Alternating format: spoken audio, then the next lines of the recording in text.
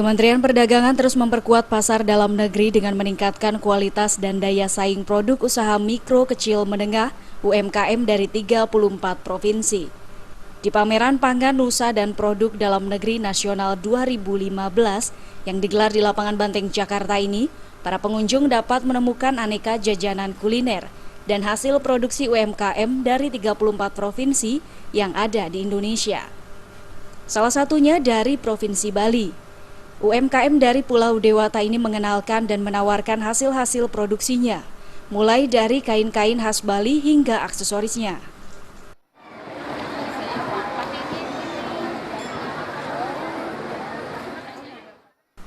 Ada kebaya, ada kain endek, ataupun kain songket khas Bali yang terbuat dari bahan katun maupun sutra.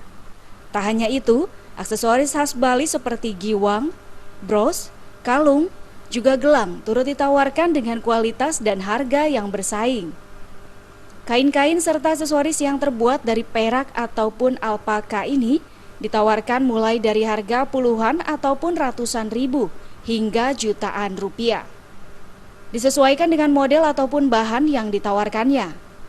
Melalui pameran ini diharapkan dapat meningkatkan sektor UMKM yang ada di Indonesia, juga menembus pasar internasional.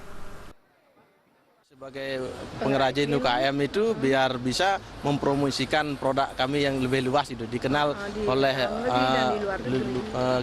orang luas istilahnya.